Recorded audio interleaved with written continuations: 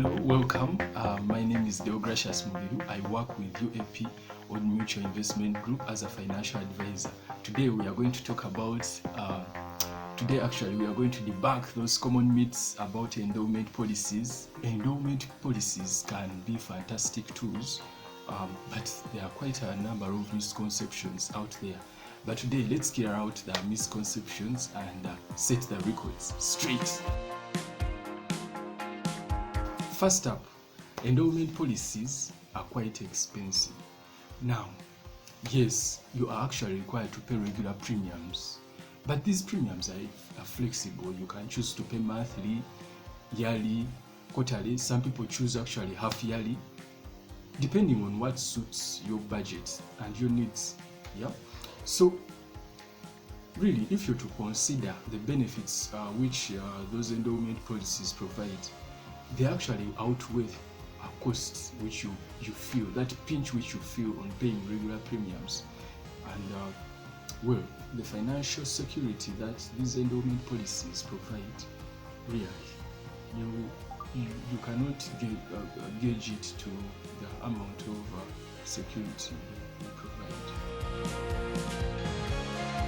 Another myth is that endowment policies are for the wealthy. This is not simply true. These policies are actually designed to be accessible by a wide range of people. So, depending on what you're targeting, are you targeting retirement? You're targeting child education? These policies are for you. Let me give you an example. There's a time I used to post a flyer. The flyer would say that if you're in your 40s, target to have $1 billion or $5 billion in the next 10 years, so that in your 50s you've accumulated $1 billion. So of course the computed premiums was for $1 billion is around 5.8 to 6 million, depending on again your age. If you're in your 40, then there is a time I went to make a presentation for a policy, and as we were discussing to a certain gentleman, and the wife had seen that flyer. So for her, she thought that policies are actually, for people who are targeting billions. Yeah, and for those who can afford actually millions of money, only to be surprised. And depending on the target which the husband wanted, it was actually ending in thousands, not even hitting $1 million. So the lady was like, "What? You mean these policies can be done by people who even afford, monies in their thousands?" So this is what is the case. So depending on your target, and your target can be as low as 20 million, yeah. And the premium you pay is not quite big, yeah, and that actually also depends on your needs, on your budget. Now let's talk about the myth that endowment policies do not offer good returns. Well, of course, there are some other investments that offer quite higher returns, but they are also riskier. But for endowment policies, we have to not forget that they actually offer stable and guaranteed returns. Stable and guaranteed. Now that is the case. But also the insurance component that they have, yeah. Remember, they have the saving which you're doing, but also the insurance component. That one is way valuable. Yeah, quite valuable. It gives you a peace of mind that you will reach your target.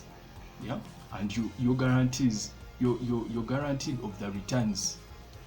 That is quite you can't put a price on the peace of mind. There is no price on a peace of mind. That one I can assure you. So the returns financially, you may see that they are small, but the peace of mind and the assurance that you're reaching your target outweighs the other returns from other riskier investments.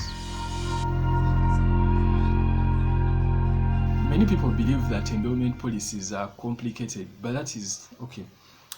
In reality, actually, they are very simple.